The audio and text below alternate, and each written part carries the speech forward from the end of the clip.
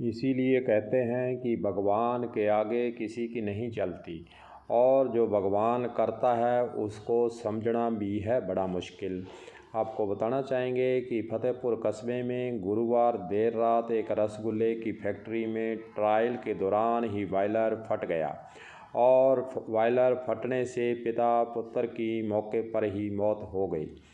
बीकानेर के डूंगरगढ़ के जालाल तरसर गांव निवासी सावरमल व बेटा अशोक दोनों ही मौत के मुंह में चले गए हैं। फतेहपुर कस्बे में आशीर्वाद चौराहे पर रसगुल्ले की नई फैक्ट्री लगानी थी। फैक्ट्री का शुक्रवार को उद्घाटन होना था, जिसकी रात को ही तैयारियां चल रही थी, पर होना कुछ और ही था, भगवान को कुछ और ही मंजूर था। गुरुवार देर रात ट्रीटमेंट प्लांट के सेफ्टी बल्ब में लीकेज होने से अचानक बॉयलर फट गया, जिससे तेज धमाके के साथ पिता और पुत्र के चीथड़े उड़ गए। हादसा इतना ज़बरदस्त था कि बॉयलर फटकर चारदीवारी को भी तोड़ता हुआ बाहर निकला।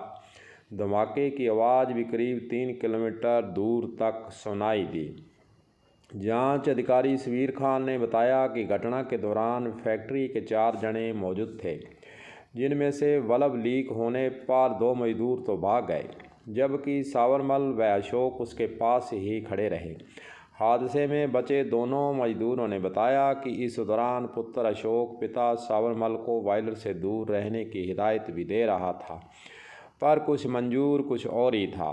संभवतः लीकेज ठीक करने के फेर में पिता व पुत्र दोनों उसकी चपेट में आ गए। आपको ये भी बताना चाहेंगे कि फतेहपुर में कई सालों से मावे का कारोबार सावरमल कर रहे थे, और अपने कारोबार को बढ़ाने के लिए दीपावली से पूर्व फैक्ट्री लगाने की तैयारी में थे, और इसके लिए पिता पुत्र 15 दिन से तैयारी भी कर रहे थे, लेकिन भगवान ने ही कुछ और कर डाला। वहीं दूसरी ओर धरी रह गई उद्घाटन की तैयारी, सब कुछ हो गया तबाह।